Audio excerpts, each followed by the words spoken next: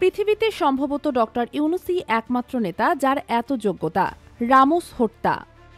অন্তর্বর্তী সরকারের প্রধান উপদেষ্টা ডক্টর মোহাম্মদ ইউনূসের প্রশংসা করেছেন পূর্ব তিমুরের প্রেসিডেন্ট জোসে রামোস হোর্তা। তিনি বলেছেন, পৃথিবীতে সম্ভবত ডক্টর ইউনূসই একমাত্র নেতা যার এত যোগ্যতা রয়েছে।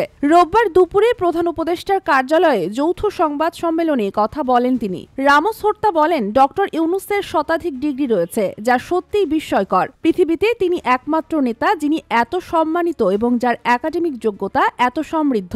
এ সময় তিনি জানান, ভবিষ্যতে বাংলাদেশের সঙ্গে অর্থনৈতিক ও বাণিজ্যিক সম্পর্ক আরও বাড়াতে চান তারা। পূর্ব তিমুর ও বাংলাদেশের মধ্যে এক চুক্তি এবং একটি সমঝোতা স্মারক স্বাক্ষরিত হয়েছে। এর মধ্যে রয়েছে কূটনৈতিক ও সরকারি পাসপোর্টধারীদের জন্য ভিসা অব্যাহতি চুক্তি এবং দ্বিপাক্ষিক পরামর্শ সংক্রান্ত সমঝোতা স্মারক। শনিবার রাত 10:30টায় 4 দিনের সফরে ঢাকায় পৌঁছান পূর্ব তিমুরের প্রেসিডেন্ট। বিমানবন্দরে তাকে স্বাগত জানান অন্তর্বর্তী সরকারের প্রধান উপদেষ্টা ডক্টর মোহাম্মদ ইউনূস।